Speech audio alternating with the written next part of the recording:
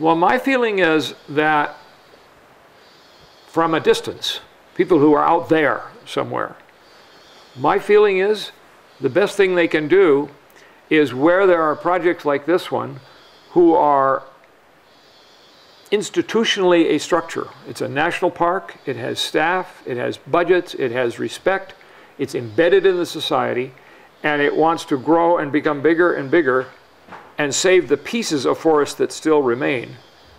You raise money, you give that money to that institution, to that process, and it buys that land and adds it to it. I don't think there's any other way. Now, there are different projects in different places, but I think the way to do it, frankly, my opinion, is to go for making a few big pieces, because the big pieces survive biologically. The small pieces die. Biologically, they die. They need big area to support the animals and the plants that are there.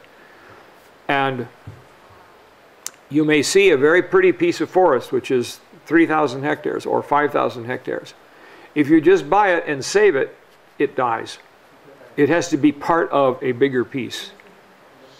This piece, which is 120,000 hectares of land, 120, 130,000 hectares of land, is just barely big enough. And we should be bigger.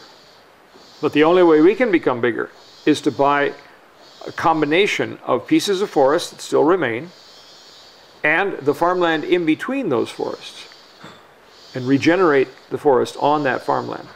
And that saves everything.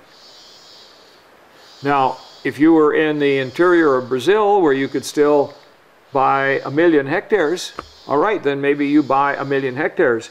But if you just buy it and then walk away from it, it's not going to survive. Why? Because you are not there as an institutional structure to put a staff on it, to protect it, to be using it for some way that society recognizes it as a part of society.